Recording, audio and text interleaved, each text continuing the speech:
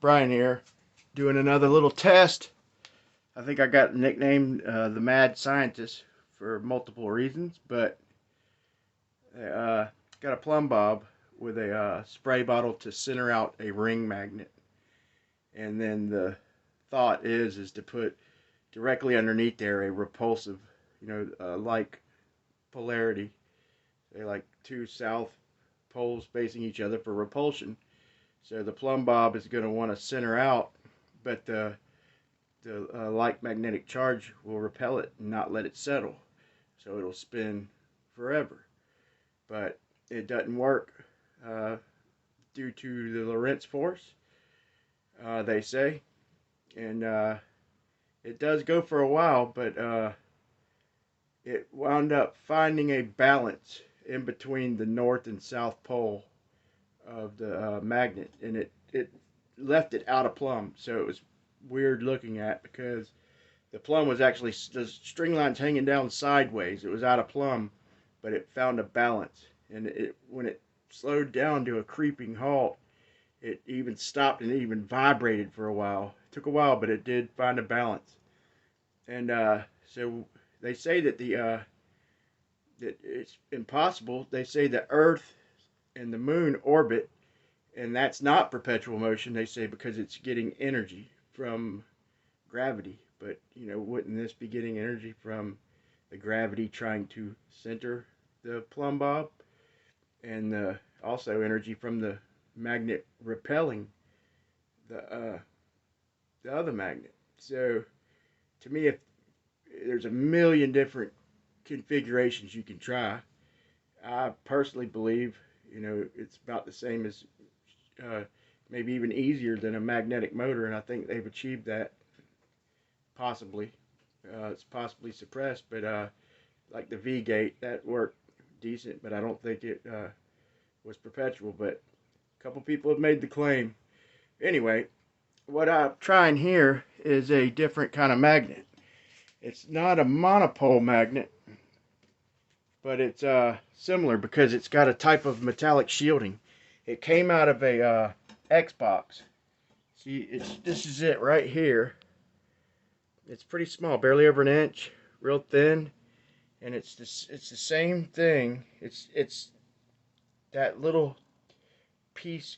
It looks like a caliper almost, a brake pad, and then that's it right there. It's used in the disk drive to align the head, and it's a strong. I mean, for as small as it is, it's crazy strong though. Look at this. It's but on this side, nothing. Look, nothing, and I mean nothing. I've worked with like rotors, AC and AC motors. The rotor, you spin it up, and it doesn't have permanent magnets, but when you give it some current, it makes an electromagnet, and it spins up anyway. When you turn it off, take away the current, it has a little bit of residual magnetism left in it, and it's not strong enough to pick anything up, but you just barely feel a tiny little tug. This thing here, you can feel no tug at all. I mean nothing. There's no pull at all on the knife. But this side right here, this is a strong little magnet, because look, I can pick this thing up and hang on and sit there and swing it around, man. It ain't coming off, man. It ain't coming off. It's on there good. This thing will probably hold a couple pounds, man. This little tiny magnet. That's insane. But anyway, so maybe it won't find that balance point in between the north and south pole. And this type of metal, it's shielding metal. They say it's neodymium, like a neodymium alloy of some kind. But look, so just to show you that metal doesn't block a magnetic field. This is copper right here, right? This is copper, and I'm going to cover this knife with copper. Okay, now look, doesn't work. The magnetic field goes right through the copper, right through it. Right now, here's a piece of lead. same thing, it's pretty heavy because it's lead, but once again, see, it does not block the field. It weakens it, but it doesn't block it. Okay, it doesn't block it. Anyway, so the regular metals do not stop a magnetic field. But so what I'm gonna do is take this basically a one-sided magnet, and put it under there, and see how long it'll go for, or if not forever. I'm gonna glue it down underneath that one. So check it out.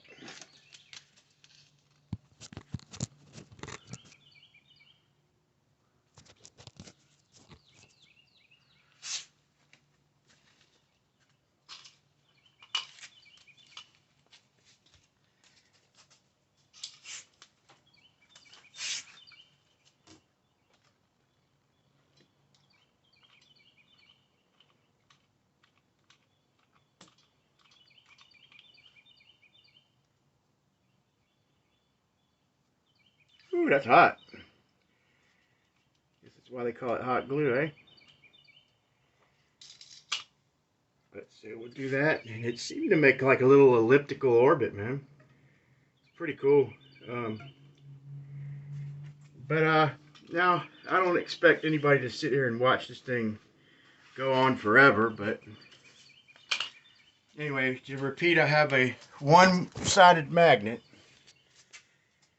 repelling a ring magnet above it, resting directly over plumb.